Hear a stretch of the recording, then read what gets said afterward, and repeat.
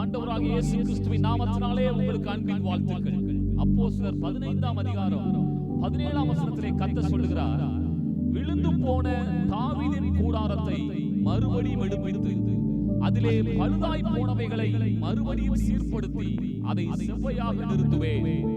ஒரு காலத்தில் மகிமையாய் தேவனை ஆராதித்த தேவ ஜனங்களே, தாவீது சந்ததியே, இன்றைய எனது நிலை விழுந்து போன சூழ்நிலையை போல இருக்கிறது, பழுதாய் போய் இருக்கிறது என்று சொல்லிக் கொண்டிருக்கலாம். தேவனுடைய நல்ல வார்த்தை வருகிறது, உங்களை மறுபடியும் எடுப்பித்து சீர்படுத்தி செவ்வையாக நிறுத்துவேன் என்று கர்த்தர் சொல்லுகிறார். தேவன் சொல்லுகிற அந்த மறுபடியும் என்ற வார்த்தையை ஒருபோதும் மறந்து விடாதீர்கள். மீண்டும் ஒரு நல்ல காலம் துளிர்விட போகிறது. தற்போது நான் செய்கிற அந்த காரியத்தை விட்டு விடலாமா, கைவிட்டு விடலாமா என்று யோசித்துக் கொண்டு உங்கள் காரியத்தை குறித்து நீங்கள் பயந்து திகைத்துக் கொண்டிருக்கலாம். ஒரு நல்ல காரியத்தை புரிந்து கொள்ளுங்கள்.